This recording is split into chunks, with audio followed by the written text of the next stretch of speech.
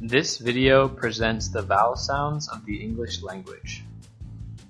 In the English alphabet, there are 5 vowels: A, E, O, and U. And in school, we learn that there are actually long and short versions of vowels. For example, short A in cat and long A in father. But in fact, the reality of English vowels is richer than that, as we will see from how vowels are rendered in the IPA. There are 5 basic vowels, especially if you have Spanish or Italian as your first language.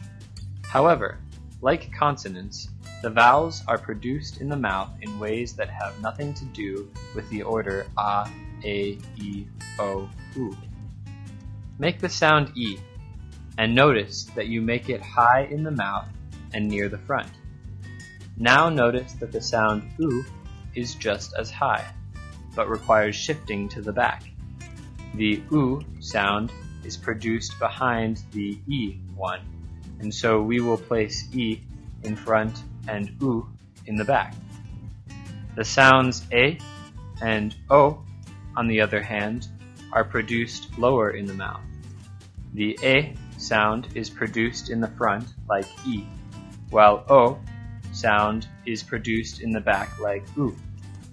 We place them below E and U respectively. This represents where these sounds are produced in the mouth.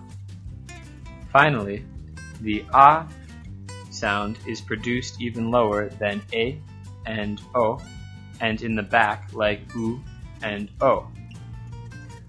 When we place it on our grid, we have a fundamental representation of vowels in human languages. Most languages have at least these 5 vowels. Some have just these, but most have many more. This is the place of the mouth where we produce the 5 basic vowels. The front part, where the E and the A are pronounced, and the back part, where the U, O, and A are pronounced. Most of the basic vowels have what are called lax alternates, as opposed to the tense ones we have seen.